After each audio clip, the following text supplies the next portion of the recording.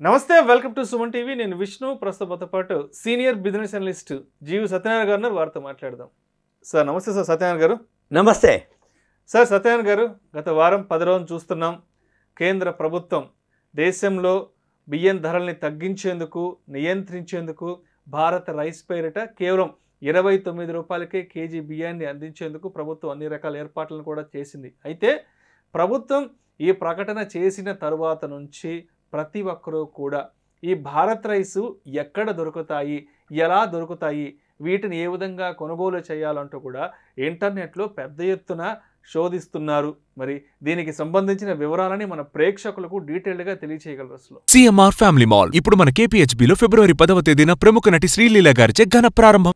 అవును, ఇప్పుడు ఈ మధ్య కాలంలో మీరు అంటున్నట్టు అందరూ అంటే జనరల్గా ఏంది, రిటైల్గా 60-70 రూపాయలు ఉంటుంది పాత బియ్యం అంటే. అవును, కొత్త బియ్యం అంటే ఇప్పుడు సీజన్ స్టార్ట్ అయింది, కొత్త బియ్యం కూడా వచ్చేసినాయి.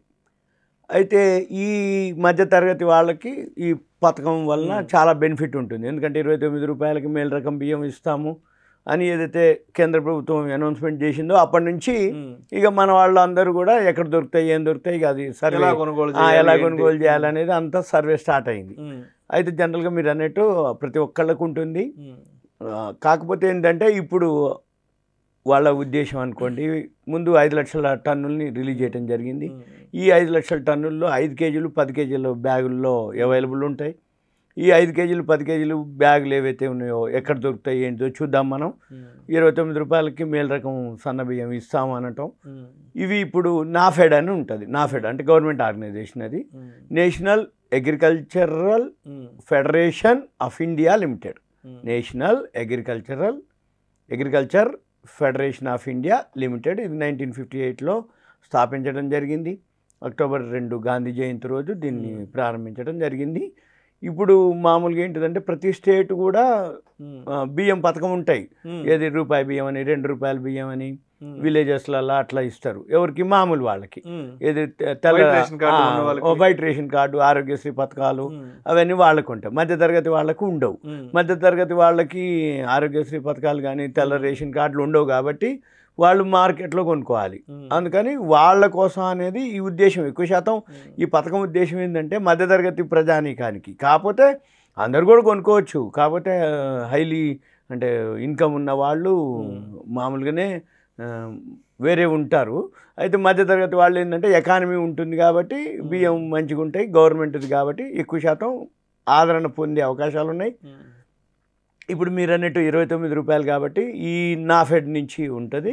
ఇంకొకటి NCCF ఉంది, national cooperative consumer federation of India limited. NCCF national cooperative consumer federation of India limited. వాళ్ళ ద్వారా కూడా ఇప్పుడు ప్రజెంట్ చేస్తారు. వీటితో పాటుగా కేంద్రీయ బండార్ అని రిటైల్ కేంద్రం ఉన్నాయి వాళ్ళది. మన ఇవన్నీ సెంట్రల్ గవర్నమెంట్ ఆర్గనైజేషన్లు ఈ సంస్థలు. అంటే ఇప్పుడు మన దగ్గర రేషన్ కార్డు తోటి ఇచ్చేవి మామూలుగా అవి వేరే విలేజెస్లల్లా ఉండేటటువంటివి చౌక డిపోలు అంటాం.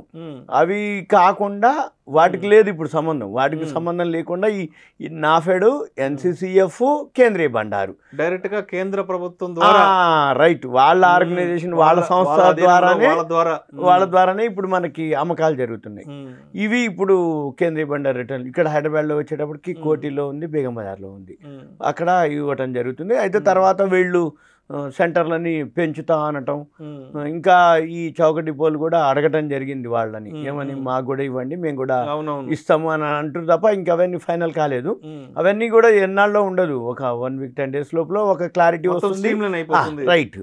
ఎందుకోసం అంటే ఒక దగ్గరే దొరుకుతాయా, అక్కడికే పోవాలా, మేము అక్కడికి పోయి తెచ్చి వచ్చే లోపల అంటే మనం కొనుక్కునే 5 కేజీలకి 10 కేజీలకి పోను రాను టైము ఛార్జీలు ఖర్చులకి ఇంకా ఇక్కడ కొనుక్కున్న ఒకటే దురాభారము టైము, ఈ తోటి మిగిలేదు ఏమి ఉండదులే అనుకోండి. తర్వాత మన ఇంటి దగ్గరలో మనకి సెంటర్లో మనకి అవైలబుల్ ఉందనుకోండి, అప్పుడు ఎక్కువ ఉంటుంది. ఇంకొకటి ఏంటిదంటే ఇప్పుడు ముందు 5 లక్షల టన్నులే కాబట్టి ముందు కొంచెం ఉంటుంది, తర్వాత మళ్ళీ పెంచుతుంది సప్లై పెరుగుతుంది. వీటితో పాటు కామర్స్ వెబ్సైట్లో కూడా మనం ఇప్పుడు ఇంట్లో రెగ్యులర్గా ఆర్డర్ పెడుతుంటాం. రైట్. ఏమన్నా అనగానే ఆర్డర్ పెట్టగానే మన ఇంటికి వచ్చేస్తాయి ఒక పూటకో గంటకో ఉదయం పెడితే మధ్యాహ్నం పెడితే సాయంత్రం లోపల మన ఇంటికి వచ్చేస్తాయి. అలానే ఈ కామర్స్ వెబ్సైట్ ద్వారా కూడా నెక్స్ట్ ప్లాన్ ఉంది. అవన్నీ కూడా ఎలా ఏంటిది అనేది ఇంకా మనకి రాబోయే రోజుల్లో ఇంకా క్లారిటీ వస్తుంది. ప్రజెంట్ అయితే మామూలుగా ఇది స్కీమ్ యొక్క పథకం, స్కీమ్ యొక్క ఉద్దేశం 29 రూపాయలకి అనేది ఇవ్వటం.